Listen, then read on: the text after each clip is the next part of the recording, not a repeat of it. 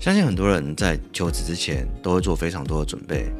比如先調查公司的背景，仔細準備履歷，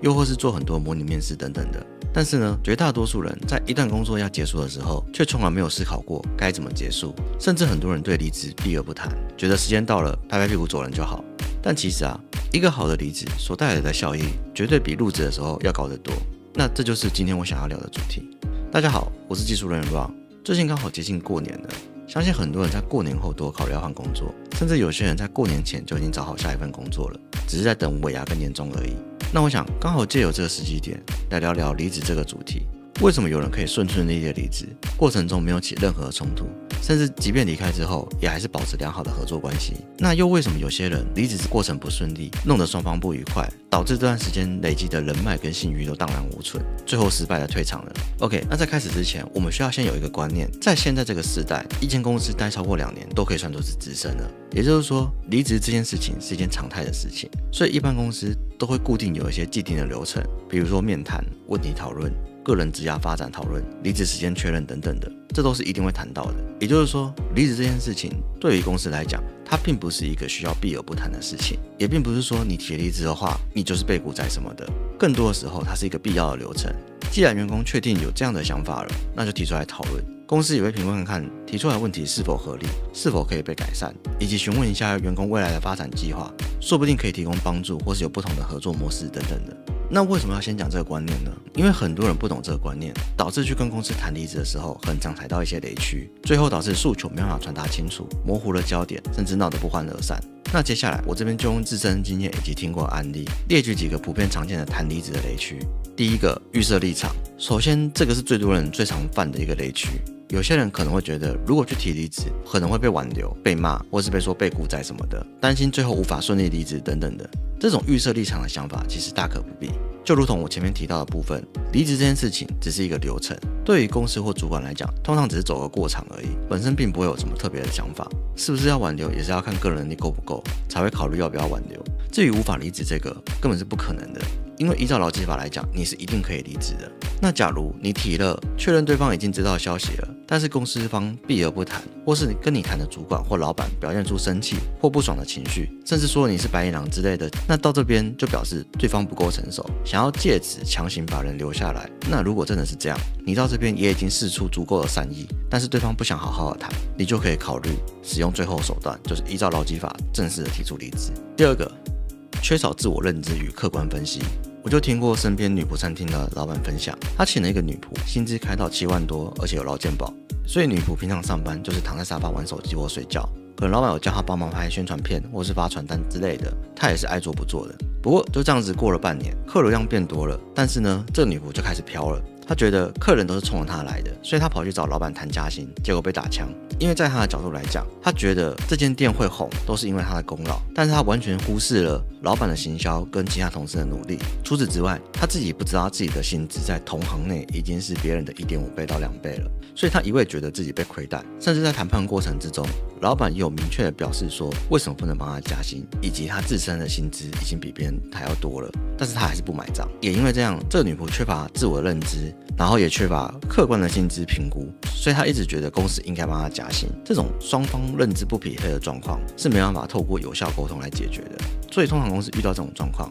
講過一次之後，如果他還是不懂，那大概率就是會讓他走了。第三個，情緒化或是用情勒的方式來談判，這個雷點比較常出現在一些容易情緒化的人身上，特別是一旦那種吵架起來就一定要吵贏的人，他們一旦發現自己不占理，他們就會用一些貶低或者情緒化的詞彙來攻擊公司或主管。比如說，我出去隨便找，薪水都比待在這間快倒公司好，或是像前面提到的女僕不斷的跳針說，公司都是因為我才做起來的。那這種行為在主管或是老闆眼裡，其實就像小朋友吵架口嗨而已，甚至他們會心裡想，那你可以去試試看啊，我也很想知道你到底出去能不能找到好的工作。甚至有一些人是拿離職當作談判籌碼去跟公司要東西的，比如會說，你不幫我加薪我就離職之類的。事實上，他們只是想要加薪，但他不想要離職。這種做法其實就是最蠢的，明明就是可以好好的談，把你認為該加薪的理由提出來講，如果合理就會加薪。但是你用威脅的形式，很有可能最後就是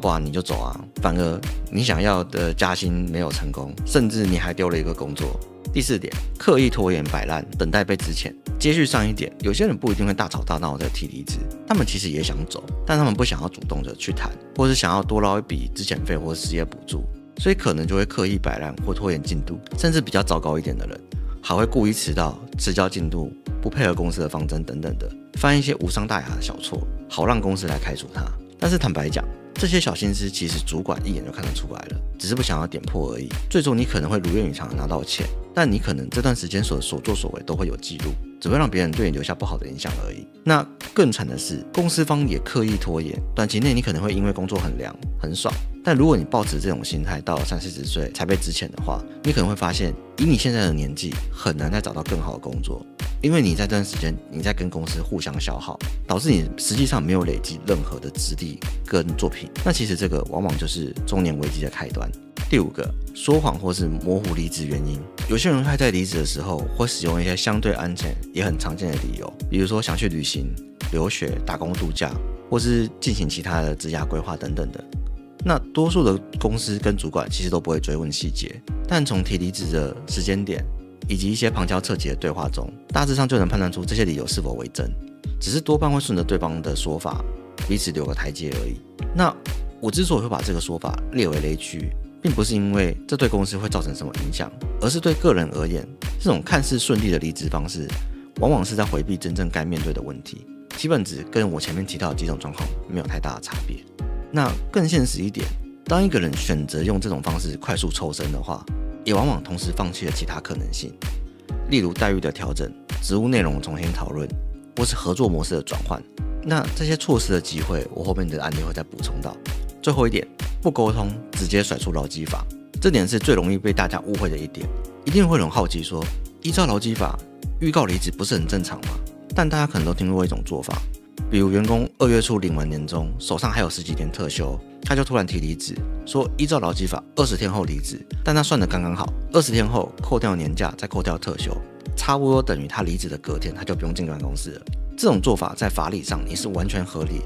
但情理之上你會給別人印象非常差。為什麼？很多人會以為導火線是預告期直接用年假加特休的方式休過去，但實際上大多數的主管跟老闆 care 的點是你有沒有事先商量。如果公司對你不錯，沒有虧待過你，甚至還有花時間栽培教育過你，你卻連事前商量都沒有的話，直接甩出法律條款，那這個做法無疑就是過河拆橋的行為。就像前面有提到的，依照勞基法本身沒有什麼問題，但這個是最後的手段。如果你一上來就直接拿出法律條款的話，這麼做的意思就等於我跟你沒什麼好談的，如果你不同意，我們就法院見的感覺。這種做法一用下去，基本上公司對你的態度就是陌生人的態度，因為是你先不顧及情面，不想要跟公司好好的談。那這邊必須特別提一下，如果公司本身就有問題，比如說違反勞基法、職場霸凌、職場性騷擾等等的，那這個做法就非常的正確，甚至我還會覺得你應該去舉報這間公司。但如果公司也沒有對你特別的不好，你用這種方法談離職的話，折損的就是你個人的職業信用而已。OK， 那上述講這麼多案例，我想大家都知道談離職的雷區了，也可以從這幾點知道什麼是失敗的離職。那反過來講，什麼才是好的離職呢？怎樣的離職才可以成為華麗的轉身呢？其實反推過來就可以得出4個重點。第一個，原因明確而且不說謊。第二個，嘗試溝通過並且積極調整。第三個，給予雙方充足的時間準備。第四個，不情緒化，理性客觀的分析。只要掌握這4點，基本上離職都會非常的順利，甚至可以談到不錯的福利。我這邊就以我最近一次的離職案例來分享一下，什麼是好的離職。當初我在離開前公司的時候，我至少提前1年就先找主管討論了，但我不是一上來就說我要離職，而是先分享一下我未來創業的計劃，並且強調不是近期，而是有這樣的想法，同時也表示公司目前人手短缺的話，可以招募新人，那由我這邊來帶新人，並且移交工作項目。這樣做的目的其實很簡單，就是給主管一個預期心理，讓他知道我會離開，只是還沒有確定時間而已，並且他最頭痛的帶人跟交接的問題，也是由我這邊來處理好。所以當我提的時候，他並沒有特別反對這件事情，雖然也有嘗試着挽留，但因為我並不是對公司有任何的不滿，真的有想要做的事情，所以他也只是提一次而已。那接下來的1年，我要離職的這件事情，在公司內部其實並不是一件不能被討論的事情，所以我們在這段時間內都是持續且良性的在討論後續的工作安排跟專案的走向，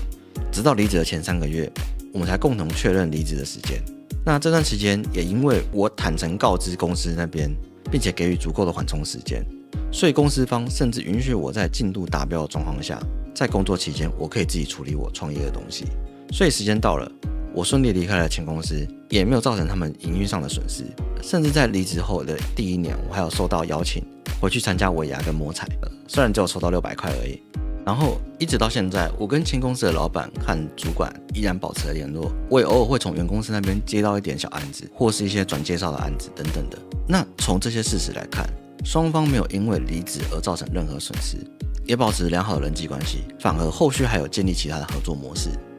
就如同我前面提到的部分，離職它其實你只要誠實的去講，說不定還有辦法去討論出一個新的合作機會。綜合這個案例來看，這其實就是一個非常成功的離職案例。OK， 那最後總結一下，離職不代表一個關係的結束，只是你們這段時間的合作關係的終點而已。只要保持良好的交流，前公司的主管跟老闆跟你合作過一段時間，也知道你的人品跟工作能力，只要你的實力夠強，工作的形式不見得只有在定點打卡上下班而已，甚至好好的去談，可能還有辦法談到更好的條件跟工作機會。舉例來講，你覺得通勤時間太長，那雙方是不是可以討論說改成半遠端或全遠端的工作形式？或者說你想出國一陣子，